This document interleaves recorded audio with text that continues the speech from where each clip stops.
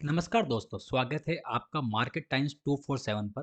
आज हम बात कर रहे हैं पावर सेक्टर के उस शेयर की जिसने आज 1397 रुपये का नया शिखर छुआ है। जी हाँ, हम बात कर रहे हैं अटलांटा इलेक्ट्रिकल्स लिमिटेड के बारे में।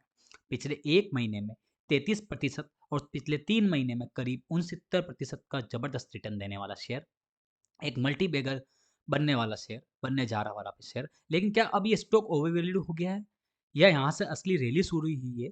चलिए जानते हैं आज के मार्केट ट्रेंड्स के साथ।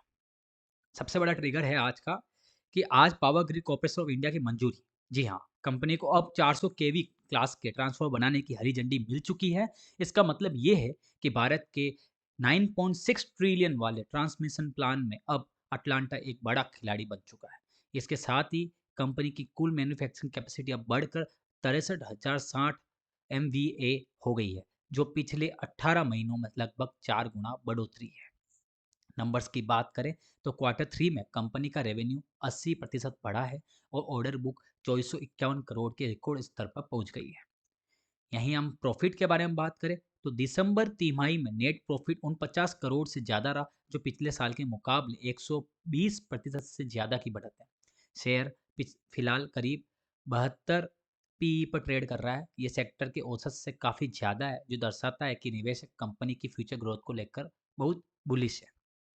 इसके बात करें टेक्निकल एनालिसिस के बारे में तो टेक्निकल चार्ट पर देखें तो स्टॉक अपनी सभी प्रमुख मूविंग एवरेज 5, 50 और 200 डीएमए के ऊपर ट्रेड कर रहा है।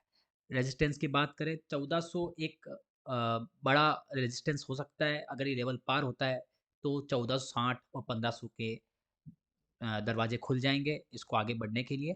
और गिरावट की स्थिति में ये 1280 से 1300 का जोन खरीदार के लिए अच्छा सपोर्ट माना जा रहा है।